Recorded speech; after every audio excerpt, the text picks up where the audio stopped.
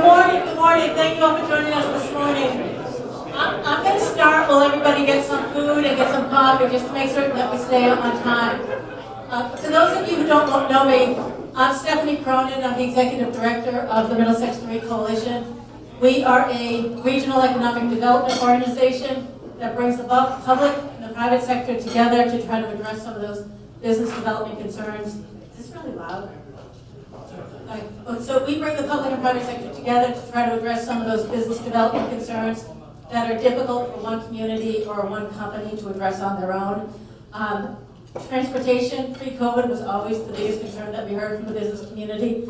I'd say it's creeping up there, but it's probably already crept up there, along with workforce, housing, and infrastructure. Those are some of the main issues that we work on. And along the way, we do a number of different events to bring people together, create partnerships, and just create projects that work for both the municipalities and the companies. We do this one event that's called What's Happening in Middlesex 3, and we've done this for like the last 3 or 4 years. And it's really, the idea behind it was to get 20, 25 people in a room and talk about what's going on in different communities and different companies, and just have a casual conversation. We've never had 20, 25 people. It's always been a larger group like this. But I say this because I really like to keep the casual conversation. I just think it makes for a more meaningful dialogue. It just, can you forward just a second? Okay. This is a little bit of information about us. I ask you if you could follow us on Twitter or LinkedIn, Instagram to learn more about the coalition, or sign up for our newsletter. We'd love to have you involved with some of the events. The next slide. And also, thank you to Dave & Buster's for hosting us here. We've got quite a lot of food, so please get some food and coffee throughout the event as well too. We've got a great lineup as well, and we want to try to get out at 10 o'clock. So, or 10:30. So I think at this point, I don't know if I said everything, but we'll get to everything. We're trying to keep it as a casual conversation, just to hear what's going on in Woburn. That's what it said. Woburn is technically not part of the Middlesex 3 Coalition, but it is part of the region. And so what happens in Woburn does have an impact on our region as well too. So it's good to hear what's going on in the region, and really we like to hear best practices, ideas, what people are doing, so we can all learn from each other, we can collaborate, we can just make this region a better place to do business as well too. Honestly, it's more fun that way, and I have a lot of my members are also working and doing economic development in the city of Woburn, so it makes sense to hear what's going on in our region. This is our lineup, but we're going to change it a little bit because some people have to come and go. I want to thank the Woburn Chamber for co-hosting this event with us, and with that, I think, Chris, we're going to hand it over to you. Thank you.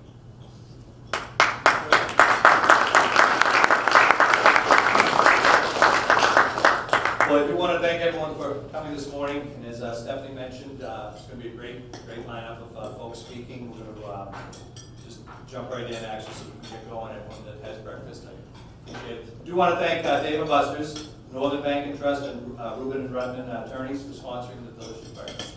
So I want to thank them, please. And as always, any event we do have annual events. I am going to just ramble them off just because I want to kind of mention them at least one time. So our annual sponsors, Cummings Properties, Chick-fil-A, Beth Israel, Leahy Health, I believe someone here from there, Ultragenics, Woburn Village, Sterling Brand Works, ACP Facility, Team Logic IT, Drains by James, Toro Construction, Scafidi Giuliano, Attorneys at Law, Stoneham Bank, Belmont Printing, who's here, and he does all our signage, Brian Grace, if you see him, say thank you. Gibson Sotheby's, Winchester Co-op, Frieden Company, John Stanton is here as well, he's on our board. AJM Grounds, Common Trust Federal Credit Union, Salem 5 Bank, Salem 5 Insurance, and XL Orthopedics. I think I mentioned everyone here as well. As always, I have a fantastic board. There's a bunch of them here as well, and I do have Electra Gavoni. She was our president this year for 2 years. I'm in the center of the room. Doing a great job, so I appreciate that as well. So we will dig right in. We have a few people that do have to sneak out, so I'm going to probably start off with them. We are going to go with Northern Bank and Trust. I have Don Clean in here that's from Northern Bank and Trust, probably say a few words. I'm going to actually have whoever's speaking, I'm just going to have you kind of come up here so there'll be a focal point for everybody. So Donnie, if you have a few minutes, I'll say a few words. Thank you. Thank you very much. Thank you, Chris, and your organization for putting this on. We appreciate it. You know, Stephanie, one thing you were saying about the city of Woburn, and I thought you were going to go, we do have a saying in the city of Woburn, what happens in the city of Woburn stays in the city of Woburn. I thought that was going to be your comment, but I appreciate that. I think I'm supposed to pinch hit for Tina Cassidy, who's the planning director in the city of Woburn. As many of you know, I'm the executive vice president of the Northern Bank and Trust, and I'm going to let Charles Smith, senior vice president, speak on the economy and what's going on there. But downtown, City of Woburn is blessed to have a great leadership in Mayor Galvin, Michael Concanon, Representative Haggard, and there are many projects going on down there because of what they're doing in the city. First of all, the Woburn 5 Cent Savings Building that I know as Woburn 5, you know it as Sovereign, is going to be, was just recently purchased, public record. And it looks like a urgent care facility might be going in there with the medical offices up top, which would be great. I think that'll bring a lot of traffic downtown. I think it'll, it has plenty of parking, so it should not impact the city at all. We also have, as the chairman of the president of the city council mentioned, we have the potential common configuration going on that should take place in 2025. A lot of work has to be done on that before becoming a reality, but we all know that the traffic pattern in Woburn Center has a severe safety issue, so we're looking forward to that, a positive impact. One of the things the WRA, and while I mentioned the WRA, Mark Hickles, who's an active member of the council, is a recent new member of the WRA, and is doing a great job in his inaugural year there, so Mark, I appreciate your efforts, doing a great job. But we try to foster public-private partnerships in the center. And, you know, with monies that are secured from the state and the local level, we are in the market for an economic development officer approved by the city council. We look for that person to be an ambassador and maybe an very active member of your organization. We think that is very beneficial not only to the city, but to the chamber and the city at large. Looking forward to that. We also are in the process of constructing a pocket park up on the northern side of the center, looking to enhance that appearance, consistently working on streetscapes. We want Woburn Center, I have a lot of pride in Woburn, we want Woburn Center to be a show place, a destination place, and we feel we're on the right track there. We do have some vacancies, we're working hard to fill those in the center to get mini-type, a more varied type of business in the center. So a lot going on. Again, I cannot thank the leadership of the city for giving us support, and look forward to carrying out these projects over the next few years to make Woburn a better place. Thank you so much. Great, thank you. Thank you, Robert.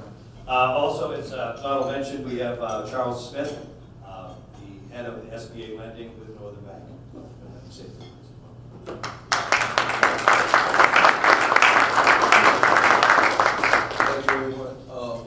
Donald represented another one of the various organizations in it, so I need to represent Northern Bank.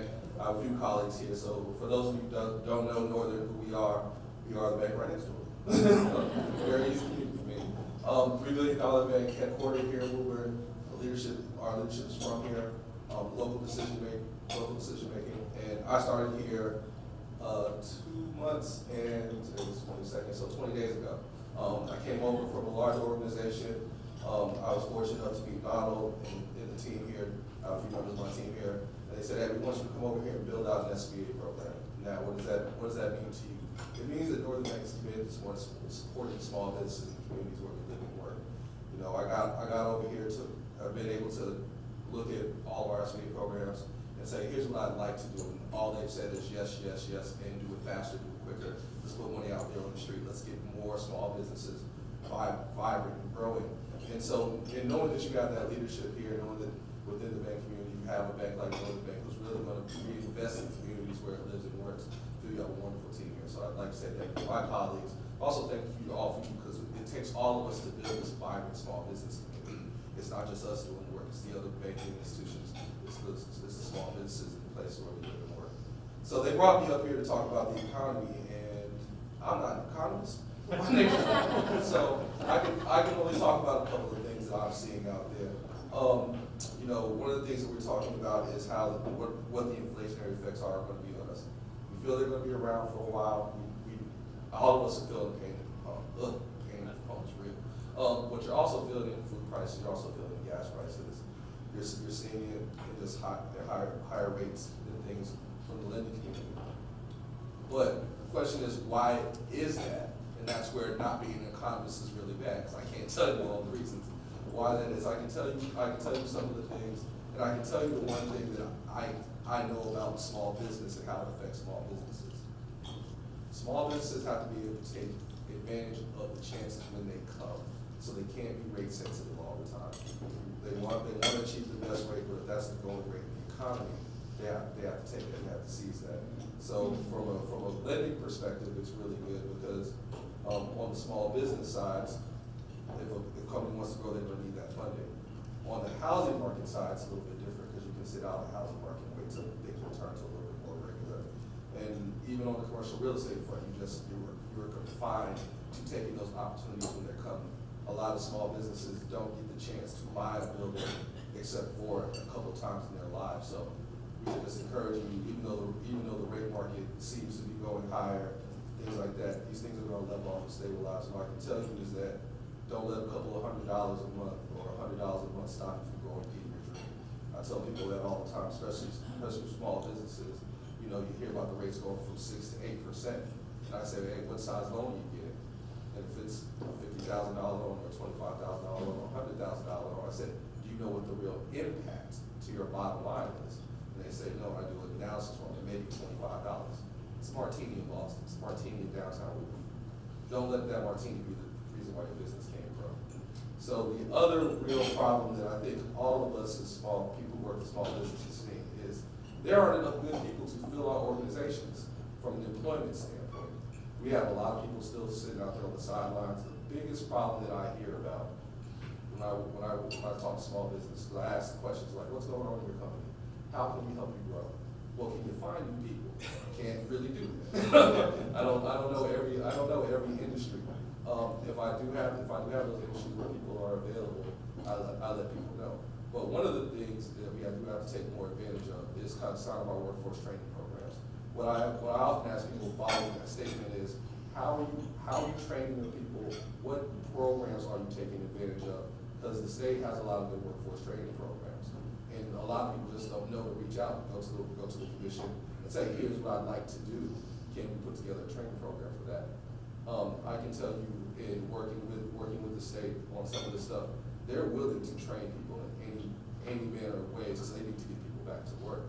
And they're willing to help you design a training program for you, for your team or for your future team. But they don't hear from a lot of people. They don't even know this type of impact can be made through it. So everybody in here, the one challenge I have for you, if you know people who are looking for good people to fill their jobs, and they say they can't find anybody, ask them have they reached out to the Workforce Commission to really design a training program to help their business grow. If they have not, direct them to the Workforce Training Program. Because the one thing we can't continually do if we want our communities to grow and thrive and prosper is let people sit on the sidelines because A, they didn't have the training, and B, the business didn't know how to put together a training program. So those are the two biggest things that I see.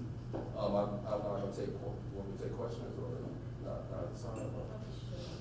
That's very fair. But my team will be around. I unfortunately got to go speak at the U.S. trade thing here in about 5 minutes. But I'll be around for a few minutes if anybody wants to have additional conversation. I do thank you. I do thank the chamber. I do thank Middlesex for allowing me to speak. But hey, I look forward to seeing you out in the communities and trying to build these communities where we live and work. Thank you.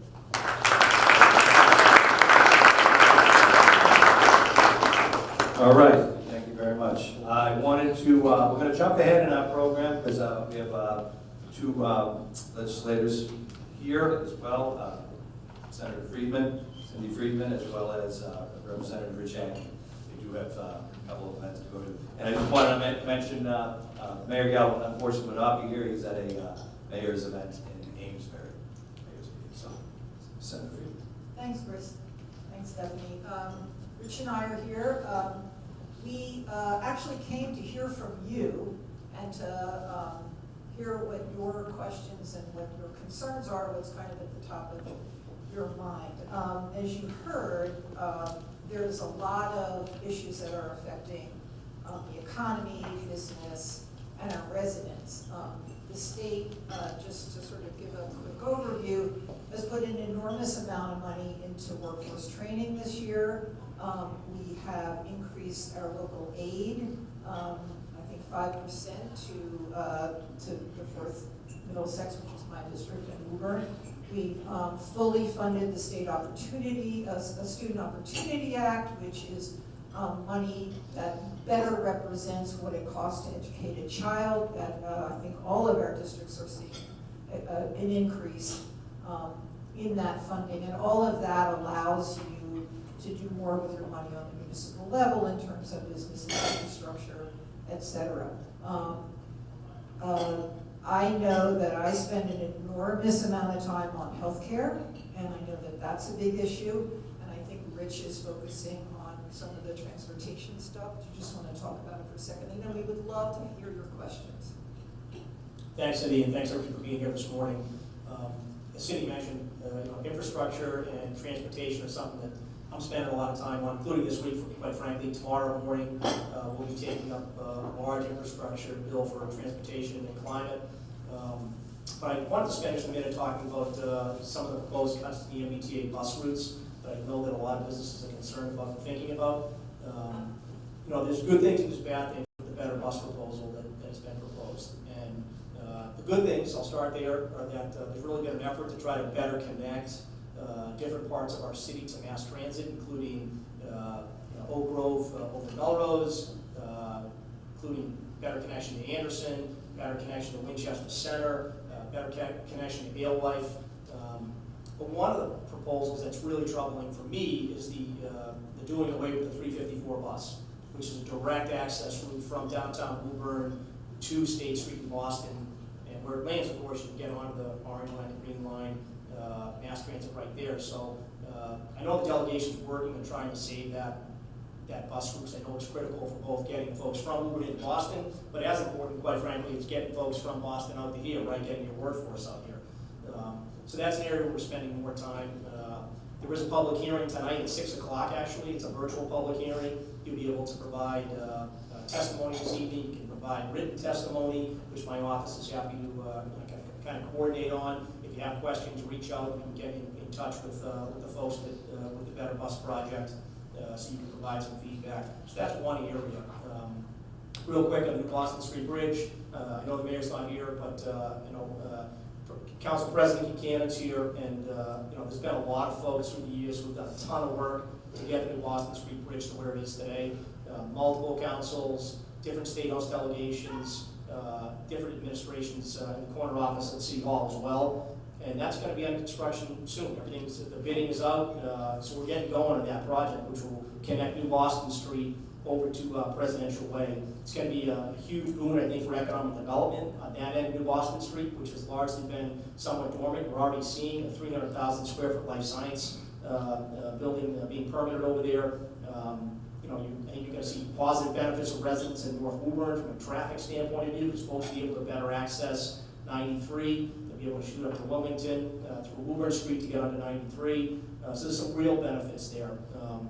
And then lastly, I just wanted to mention, that our offices are here to help. So, if you're looking for grants, you're applying for grants, I know I'm always happy to write and participate with you with regards to recommendations when you're applying for those state grants. I know a lot of folks try to utilize those in order to grow their businesses, and we're happy to assist in that regard. Anything with regards to navigating government that you have questions on, please feel free to reach out. Other things, Cindy? No, I think that's a good overview in order.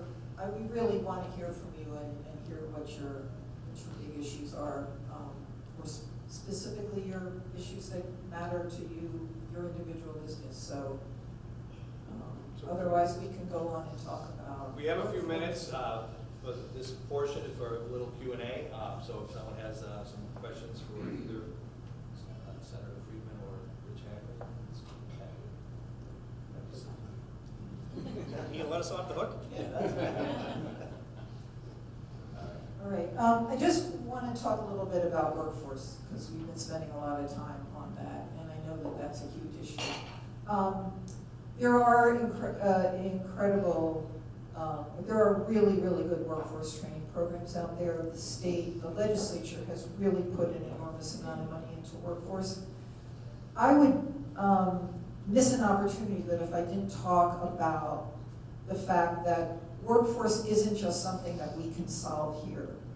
Workforce is a much greater issue. And if you really look at what's going on, you see two areas that affect especially businesses, local businesses. One is immigration, and the other one is quarries.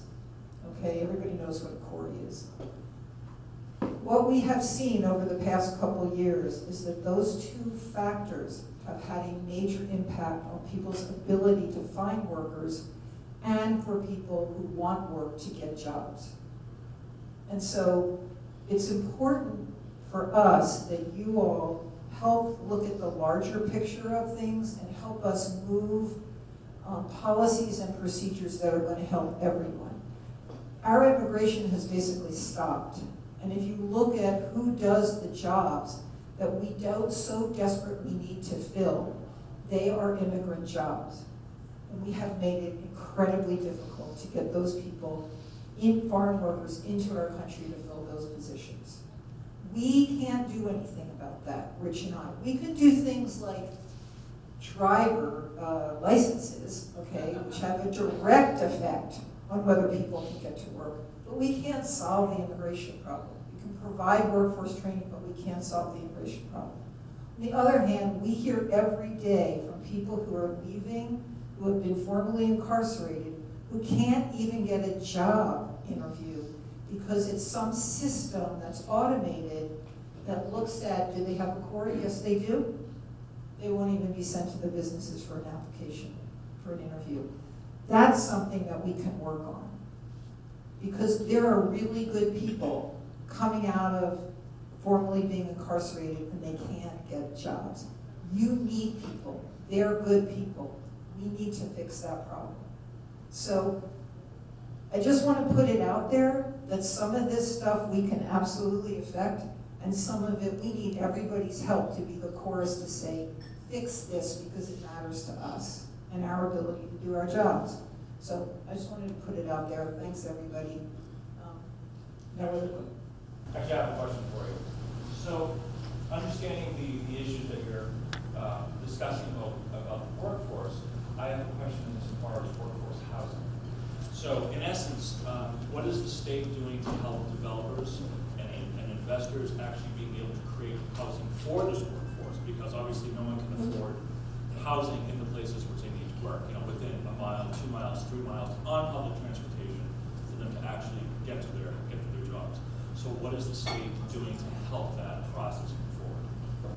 So it is a really good question. It is a major problem. It's a major problem for all of us. So one of the things that the legislature has done is to put more money into housing development and a housing trust. So what that allows is for people to access money to develop housing that is for moderate and for moderate incomes. And we're not talking about moderate incomes. We're not even talking about very low incomes. So the housing trust funds have been, we put more money into the budget for that. There's also something else that I wanted to, we also have to look at where we, I'm trying to think of the word. It is not in the best interest of a developer to build housing that isn't right now luxury housing. A lot of that is affected by people parking their money in places like Boston, right? They're from a different country, the dollar was strong, they would buy a lot of housing that was what we would call luxury housing. We don't do anything about that, right? They're empty, people aren't living there, but it's a great investment. So what we're looking at and what the housing folks are looking at is how do we change that mindset so that you get more bang for your buck and that there's more incentive to produce housing that's moderate. The other thing that the state is doing is we're trying to address some of the local zoning laws, which don't allow housing around transit. And to the governor's credit, he's been working on that too. One of the things is to reduce the town vote on whether you can change the zoning law. Right now, it was 3/4. He put it into 50%. I think that has passed. That has had an effect on building housing around transit hubs, which is where we need housing to be. But some of the real barriers, especially in our communities, was local zoning. So we started to address that. Do you have other things that I know that are going on? Yeah, so just on that point, so we're fortunate to live in a city, I think, that has been a leader in our region with regards to housing. Council President Kincannon can speak to this as well. We've permitted almost 2,000 units in and around this area, way more than most communities, way more. So we've been really a leader on this front, whether it's the Woburn Mall project across the street, whether it's the Cabin Captain Forbes project in the corner of Atlantic, whether it's the National Development Project on Presidential, the Friendly 40B, the housing off of Lexington Street that was allowed for a greater density. So Woburn has been really a leader. So, it's really about other communities, to be candid, that have these policies that the Senator referenced in place around zoning that has inhibited the ability of developers to go down the path of creating density. I mean, that's what this is about, right? So there has been a variety of pieces of legislation that have both been filed and passed to try to help those communities. And again, I'm going to separate it, because I do think that Woburn has carried the ball on this issue. 2,000 units is a huge number, way more than most communities of our size. But a lot of other communities haven't done their part. And we've got to continue to put policies in place that encourage those communities to take steps to allow for density in areas in their community that it fits and it works. I just want to follow up on that. Thank you very much. That was a great explanation. But just to follow up, just for maybe some of the folks here, when we're talking about workforce housing, we're not talking necessarily about affordable housing or 40B. We're talking about municipal workers, teachers, firemen, police, who can't actually live in the community, and it's for workers who make between 60 to 120% of the average income in an area. So, moderate, it's for moderate income. income. So it's good to hear that if I were to come to the city of Woburn and say, hey, you know what, I want to develop some workforce housing. So it sounds like the city is very welcoming to have those conversations. I don't know anyone in my district that wouldn't be interested in that conversation. Burlington also is doing a huge amount of housing. It's harder for some city towns like Arlington are 5 square miles and completely dead. So some of them, they can't, but there's a lot more that can be done. A lot of what, Wooburn's pretty good about it. A lot of what we run into, and I do a pretty good amount of development projects. Can you just speak up a little bit? A lot of what we run into you referenced everyone's building luxury housing and stuff like that. The reason being is it takes so long to get through zoning and permitting. So if you're sitting on a project for 2 or 3 years, you almost have to build the best you possibly can to squeeze every dollar, and you're paying 6 to 12% on it for 3 years. So if there was a way to, and I know everyone probably says this, to speed up the permitting process, you can put development up in 6 to 8 months. You can throw moderate housing up. Yeah, that's a really good point. What we can do is allow communities to do something. The state can't force a community, because we are 351 cities and towns who very much appreciate their sovereignty. But it's a point well taken. Other questions? Okay, well, thanks, everybody.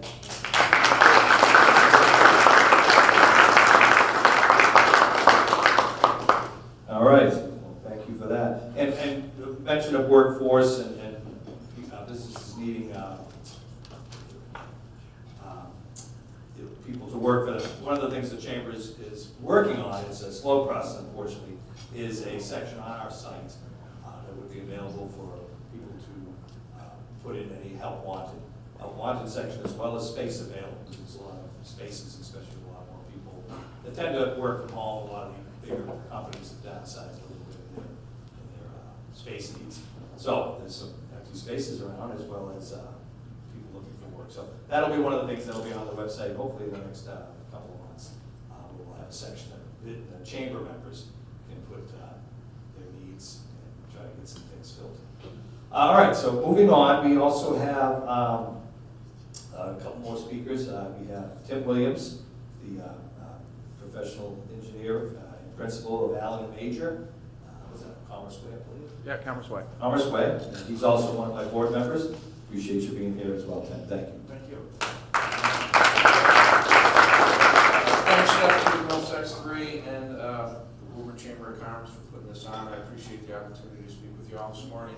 Allen and Major Associates, we're land surveyors, civil engineers, and landscape architects with our headquarters here in 100 Commerce Way in Woburn. We've been here probably 25 years.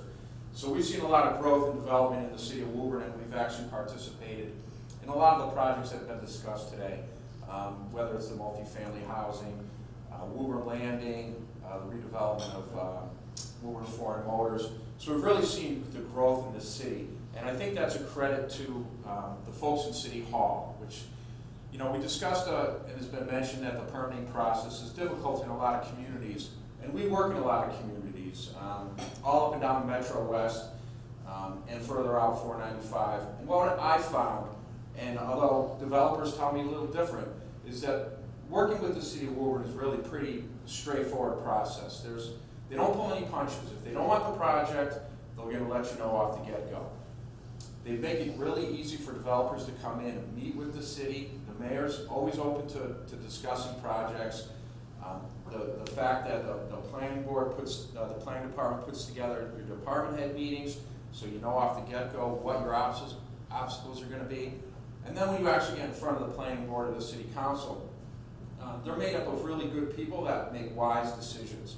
I don't always agree with the projects that we're permitting, but the board seems to be able to navigate through that and make educated decisions as far as what projects are good for the city and what aren't good projects for the city. And that just falls back on the leadership of within the city itself. What we've seen lately is, outside of the multifamily housing developments, which were previously discussed, is the introduction of the life sciences into the city of Woburn. You've seen it in Burlington for a while now, and Woburn is really starting to catch up. Whether it be the life sciences out at the Vale, which is the old jelly factory, potential rezoning over at the Showcase Cinema to allow for that use, over, again, New Boston Street, which is really a corridor. Once that bridge is built, I think that's really going to open up that portion of the city to future redevelopment. And we're seeing it now with the program that's in front of the city council now for 216, 225 Merrimack Street, which is going to be, again, about 250, 300,000 square feet of life sciences. And with the New Boston Street Bridge coming in, you're going to see a lot of the traffic that's jams up Mishwam and Commerce Way now being rerouted back to 93, as Representative Haggerty said. So I think there's a lot of opportunity within the city. I'm personally looking for a building. There's no stock out there. What we're also coming through our doors is a lot of developers that are putting additions on existing buildings or reuse and adaptation of existing uses that they have on the site. So Woburn, there's plenty of growth opportunity, and again, I think the leaders in the city make it easy for you to come forward and present your project, whether they disagree with it or not. You hear that off the get-go. So with that, I think I'll turn it back over to Chris.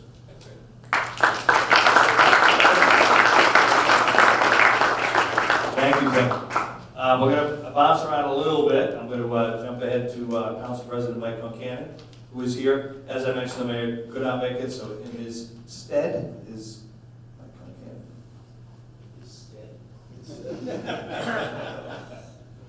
Thank you, Chris. Good morning, everyone. Good morning. As Chris said, the mayor is unable to be here today. He does send his regrets, but he has pressing matters. He is a huge supporter of the chamber, and I'm sure he is in favor of all the positive things we're saying today. To the M3 Coalition, thank you for coming to Woburn. I don't know a lot about the coalition. I'm interested to explore a little bit more and find out maybe we can enhance the connection. I know you do some good work, and obviously you've got a lot of interest here, so there seems to be an opportunity for Woburn to establish a connection there. Thank you to Chris and the Chamber for all the great work you do. Chris is a longtime friend of mine, and I'm excited to see how much he's invigorated the Chamber. They're everywhere. I made a joke once before at the library that if you want to get in the local paper, stand next to Chris 3 or 4 times a week. There's something in there. That's a benefit to the Chamber. So great job, Chris. Keep up the good work. I get to go near the end, so I guess I get to rebut or refute some of what's been said. Not really. I actually support just about everything that's been said. I especially appreciate what Tim was just saying.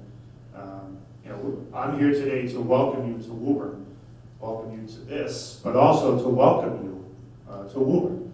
And I hope you'll find that Woburn is a welcoming community. All across the board, welcoming to new residents, welcoming to new businesses. And I do feel pride in what Tim was reflecting as his experience dealing with the city of Woburn. I think you'll find it's a professional, cooperative, collaborative, reasonable community that will work with you. From the mayor, the state delegation, the department heads, I think you'll find reasonable people who have an open mind and are willing to work with you. And that, I say that as well as the city council president. I think all 9 of our members are very reasonable, and they're responsive, and they're receptive to ideas, opinions, and they make good decisions. And they make good decisions that they think are in the best interest of the city. City council basically has 3 fundamental roles in Woburn. Number 1 is constituent service, whether it's a resident or a business owner. You are a constituent of Woburn, and we are here to serve you. Next role would be approving the budget. Woburn has a significant budget, 150 million plus, and we are very prudent. The mayor runs a tight ship, and we support that. But we provide an incredible amount of services to the residents and the business owners in Woburn. I challenge you to go out and about and compare what you get in Woburn versus what you get elsewhere. And at the same time, compare the tax rate. Woburn is definitely a leader in terms of what we provide and what we charge you as we provide it. And we're very proud of that.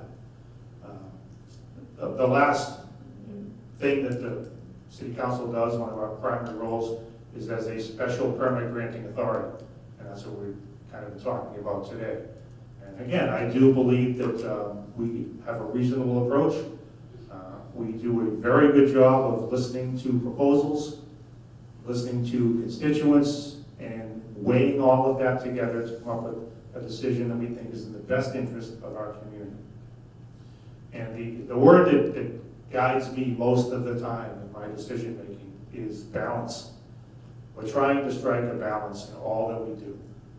It's a balance between the needs of a developer and their rights to develop the property that they own, balanced against the interest of the neighbors and the residents and the impact of that development. We take that very seriously. So that word balance, I think if you asked the city councilors, if you asked the mayor, if you asked the state delegation, they will tell you that balance is the word.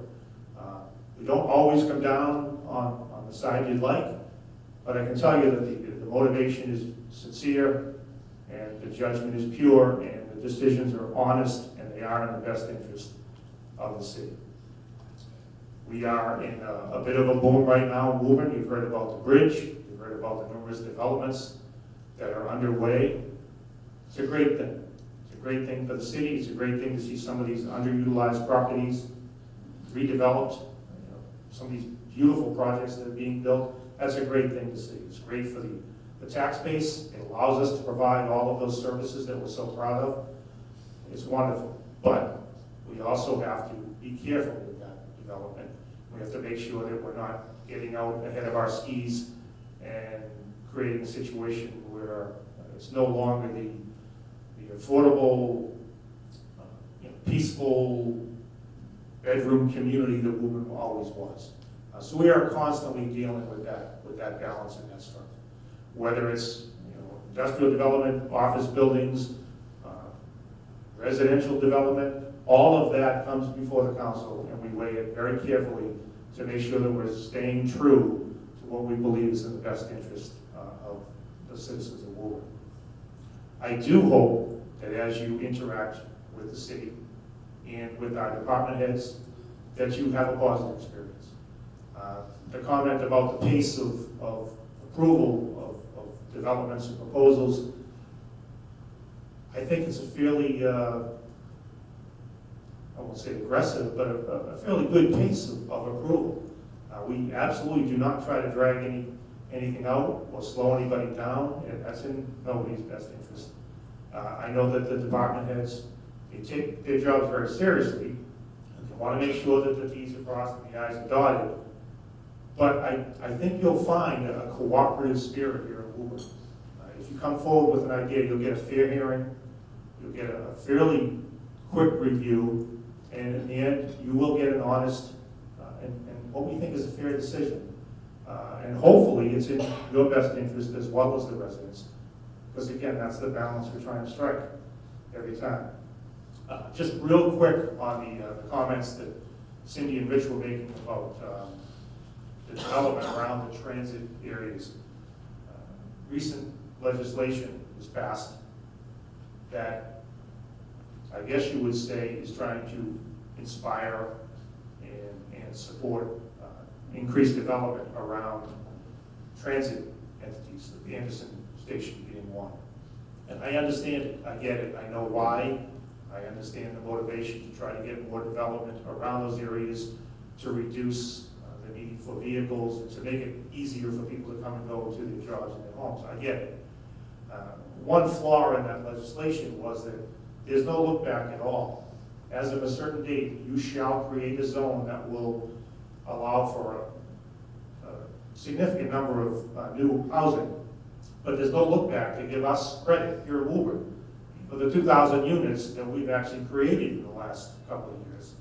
And that's an objection that we raised to that legislation. And that's the message we sent to Rich and Cindy to bring back to Beacon Hill, to make sure that there's some sort of credit for those who are already doing what everyone is saying we should be doing. And when I joked at the beginning about being able to rebut or refute was said, that's really all I meant. There's the rest of the story there. And the legislation has passed needs some improvement. There needs to be a recognition of the positive efforts of communities like Woburn to do the right thing. So again, just in conclusion, I hope you'll find that when you interact with us, we are doing the right thing. They feel we're cooperative, we're professional, and that we are welcoming, because we do pride ourselves on that. Thank you.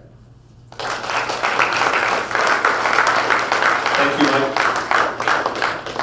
We have two other speakers, but before I forget, if a few of us sneak out, Rich Haggerty mentioned the virtual meeting tonight at 6 o'clock about the bus potential cuts. I'm going to send out a link to that meeting since it is virtual. If you're not on the email list, please go to woburnchamber.org. My cards are up here. You want to grab one on the way out just so you'll have it for anything else as well. If you're not a member, if you remember, you're going to already have the email. But sign up for that probably by noontime. I'll probably send it out right after noon. So that'd be great. That way you can go on. It's virtual. We eat supper and it won't be a big deal. But I think it'd be important to listen in and or potentially say a few words. So I think it is going to have an impact on Woburn and the ability to get in and out of the city. I think transportation's huge, and to have a cut would be bad. Real quick, I do want to just thank for the board that's here, Steve Casano from Cummings. I won't mention all the companies. I apologize. I started with that, so you got an extra plug. Electric Gavoni, Nisha from Northern Bank, John Stanton, John Casey, Joe Tarvey, Tim Williams, Jody Crowley, Brian Grace, Rob Klein, and Adam Risman. Did I miss anyone? Raise your hand if I did. I think I got you. And then, of course, always, Teresa Fiella is the volunteer extraordinaire. I think she's still here as well. There she is in the middle. She's always helping us. I always mention her. So next speaker we have up is Joe Tarvey, who's past president of the chamber, as well as a partner in Reuben and Rudman. They're also one of the breakfast sponsors. So thank you, Joe.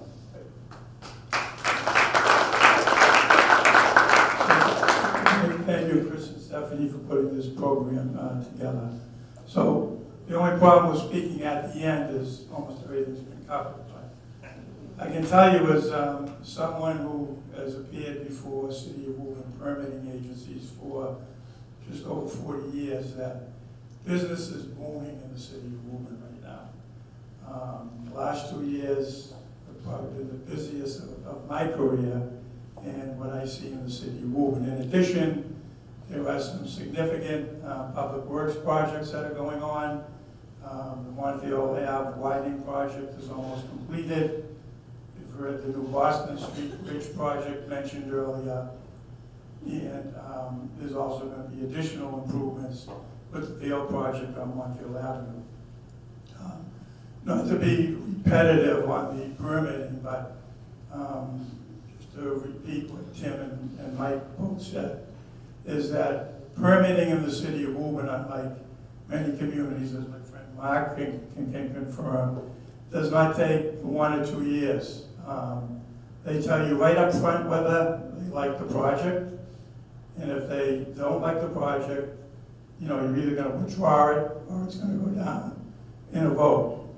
So things move ahead in Woburn. Woburn, although it's a city of just over 40,000 people, it does operate as a town. All right, people know each other, they care about each other, and like Mike said, the city government, as a result of Mayor Galvin's policies and the city council policies, are very, very open. I'm just going to speak briefly on some projects that are going on in the city of Woburn. Some that I'm personally involved in. For example, the Vail, that project is under construction right now. It consists of over 1 million square feet of GMP manufacturing, research and development, lab, office, amenity, retail. In addition, Pulte Homes has, I think it's 197 owner-occupied units on that property. 75 of them will be townhomes, 122 in condos. And LCS, which is a senior housing developer from the Midwest, they have a senior housing development with 103 independent living units. So any of us that are over 55 could actually move into those. And they have assisted living and memory care. The Vail project at full build will generate approximately $6 million in real estate taxes annually to the city of Woburn. That doesn't include the personal property taxes that businesses must pay on all their equipment as well. The other project we're working on with Tim is the Cabot Forbes Life Science Campus on 216 New Boston Street and 225 Merrimack Street. That's approximately 300,000 square feet of life science use. Also, we're working on hopefully a project at the vacant parking lot at the Showcase Cinema site. There's just about 12 acres there. The Davis Companies of Boston are looking at that site for a life science campus with 2 100,000 square foot buildings. We also worked with Oliver Capital in connection with 180 New Boston Street, where Amazon Robotics is occupying that building. So that whole area is going to be booming at some point shortly with the Cabot Forbes project, the residential housing that's going up there, and the connection with the New Boston Street Bridge. In addition, my good friend Mark Vaughn of Freeman Bonstein is representing Alexandria Properties on a life science campus on the Raytheon property, and also with Rhino Capital at the old Boston Sports Club. And then, you know, quietly behind all of these public projects is Cummings Properties, who has labs and research and development uses at the Trade Center and on Cummings Park. So, as Tim said, that area is now looking at the city of Woburn to locate their business. It would be great for the city of Woburn. It's going to create hundreds and hundreds of new jobs, additional tax revenues for the city of Woburn. which already has a strong tax base, but will continue to increase that tax base. So that's all I have. All right, great.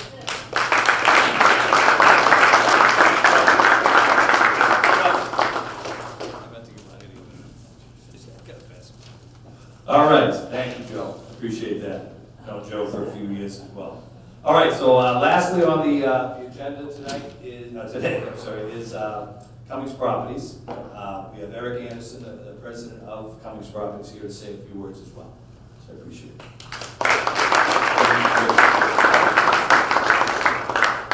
So I don't want to sound like a broken record either. So I'll cut a lot of my comments and try and stitch together a few thoughts and ideas here, just to cover a couple of minutes here. So I guess I'll begin by saying that the past 18 months have really been a rebuilding period, a strong rebuilding period for Cummings Properties after COVID pretty much decimated the leasing business back in 2020. And it's probably not going to surprise people to hear that the office market is pretty soft still. So a lot of what our focus has been on is repurposing the office space for labs and high-tech uses. And that's really been our primary focus.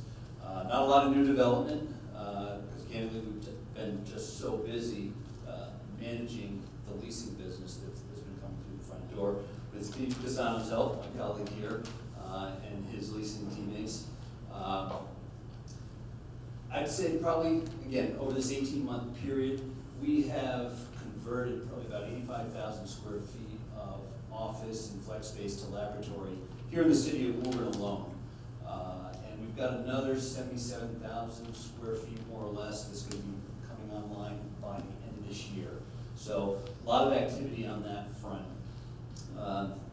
One of the things I should probably point out is when we talk about the leasing activity with lab space in particular, we're not grabbing clients from other projects here in Woburn. A lot of the business we're seeing is coming out of Boston, and coming out of Cambridge, and a lot of them are coming from overseas. A tremendous number of companies coming from overseas, which is encouraging. But why do they come to Woburn? There's a lot of very good reasons why. We're affordable, certainly more affordable than Cambridge in the Boston markets. We've got great geography, very convenient, great access. We've got inventory. We've got a lot more inventory coming, as Joe was describing. And I've got to talk about permits. The permitting process makes a huge, huge difference, and that's why these companies are coming to Woburn. They know they can get in space quickly, and a lot of times the financing for these companies is dependent upon their ability to get up and running quickly, and that's what gives us the competitive advantage. So, thank you for those efforts, and to your colleagues as well. We've talked about the market. So how do we measure success at Cummings Properties? There's a number of metrics. One of the key metrics we're always talking about is occupancy. Where are we at? Fortunately, the occupancy is back to where it was. It's actually a little bit higher than where it was pre-COVID because of these uses. So we feel very fortunate for that. Our current occupancy is right around 95%, which is respectable. We can do better.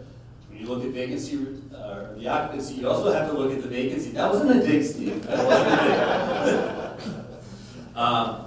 You got to look at the vacancy as well, which is 5%. And 5% of 11 million square foot portfolio is a lot of empty feet. We've got 550,000 empty square feet, so we look to our brokerage colleagues to help us fill that as well. And I guess I'll look to all of you as well. So if any of you have a commercial real estate need, or if you know of somebody that has a commercial real estate need, we would love to have you give Steve a call, and if Steve's unavailable, have them call me. There's a lot of great reasons why people should lease from Cummings Properties. I'll share one, and it is perhaps maybe one of the more unique reasons people lease, or should lease from Cummings Properties, not necessarily why they lease from Cummings. No client likes to pay rent, right? Nobody. But most of our clients generally feel better paying rent to Cummings Properties because they know where that money goes. Some of you may already know that Almost every single one of the buildings in the Cummings portfolio is owned by Cummings Foundation. So what that means is 100% of the profits from those buildings go directly to Cummings Foundation, which in turn donates millions, tens of millions of dollars each year to dozens of mostly very small local nonprofit organizations here in eastern Massachusetts, specifically Middlesex, Essex, and Suffolk counties, the communities where our people, where our clients live and work. I was looking at Middlesex 3, and if I looked at just the Middlesex 3 communities alone over the past 10 years, we've had a formal grant program for about 10 years, and when I look at what's been donated in the Middlesex 3 communities, as well as the community of Woburn, the number's about $30 million that the company's given back to these small nonprofits. Half of that's come back here in the city of Woburn. So the more successful we are as an organization, hopefully with your help, the more we can do for the communities that are so important to all of us. So thank you for the invitation to be here this morning. And again, thank you for all the work that the Woburn Chamber is doing, Chris, and also the Middlesex 3. Thank you.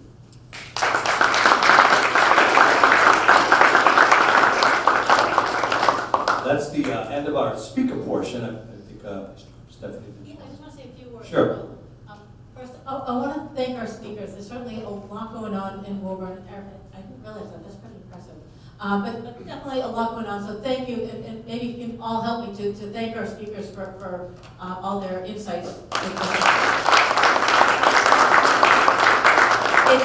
I love these meetings because we get a lot of information in a pretty short amount of time, and it's really just to kickstart conversations. First of all, thank you also to David Buster's. They gave us some great food here. There's a lot here. I don't think they're going to kick us out anytime soon. So hopefully we can continue the conversation based on everything that we heard as well too. And that's the idea. It's just kickstart the conversation and continue it afterwards to create those partnerships and create more economic development in the area. So again, thank you to our speakers. Thank you to David Buster's. And thank you to the Woburn Chamber, Chris. This is our first event that we've done together, but hopefully it's not our last. And I'll let you have the last word. Again, back to the Chamber. If you're not a member and you're interested in joining, it's a great organization. We do offer events like this throughout the year. We do networking, typically twice a month. Once is a night event, so I always say good evening. I'm so used to that. We also have a WOW Women of Woburn group that Electra, I know Jody's getting involved a little bit more. To expand on that, that's usually a lunchtime. And we're also looking for lunch and learn businesses, and what I mean by that, businesses that want to host a lunch and learn. Something around a noontime to 1 o'clock, 11:30 to 12:30. We usually bring in a speaker, and we are going to be looking for some ideas. I am sending an email out that's ready to go today, so unfortunately you got a couple emails in a row. Please read them. I'm running out of days this week to put what I need out.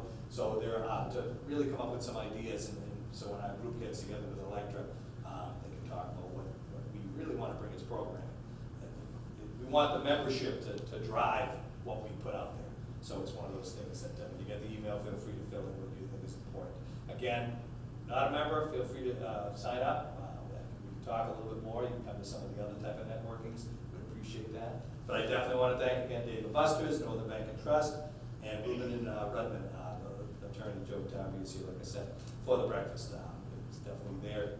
Please don't run out the door. There's still some time for networking. If you have to go, that's fine, but we can definitely talk later and another time. So I appreciate you coming.